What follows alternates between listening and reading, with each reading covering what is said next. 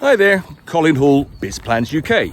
Today another in our occasional series on Next in Your Business, and today I'd like to talk about valuations. Now, if you've ever watched Dragon's Den in the UK or Shark Tank in the US, you'll know that there's nothing more likely to annoy the investors in those programs than an overvalued business, where somebody comes in and asks for 50,000 for 1%, which implies the company's worth millions when they've got no revenue in your customers. And if you are planning an exit, or indeed about to start negotiating a price for your exit with somebody, it's very important that you go in with a realistic expectation of what that value is.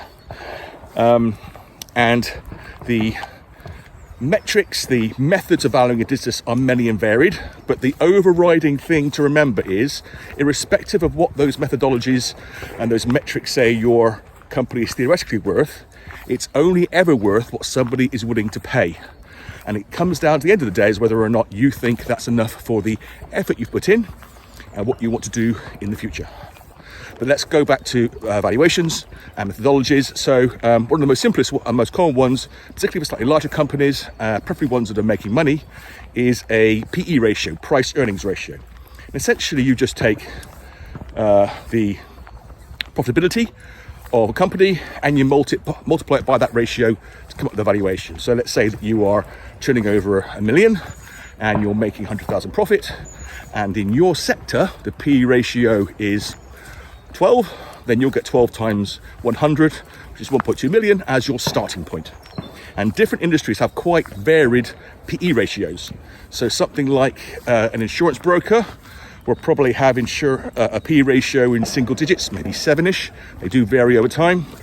Whereas a company that is developing AI tools will have a significant double-digit PE ratio. They're fluctuating quite wildly at the moment because of the volatility and the sheer pace of events, but you could easily get 20, 30 times your earnings. That's of course if you are making money. If you don't make money, if you're in that growth loss-making stage of a business, then you're looking at multiplications of revenues, and those are usually much lower, and they could be anything from a fraction, so less than 1 to 2 or 3 times, sometimes more in the right marketplaces. And then there's also the value placed on the assets, particularly anything that gives you a strategic advantage. So if you have strategically located property, which gives you a huge advantage over competition, or which somebody else could use to great advantage. If you have intellectual property, patents, brands, etc., the contracts that you have, even if they're currently not generating money, can be valued as well. And they all go together and add up to a value for the company. And then from that, potential acquirer will deduct risk. What do they see as the risks of acquiring the company? And those will negate the value because they want to price those risks in to what they pay you.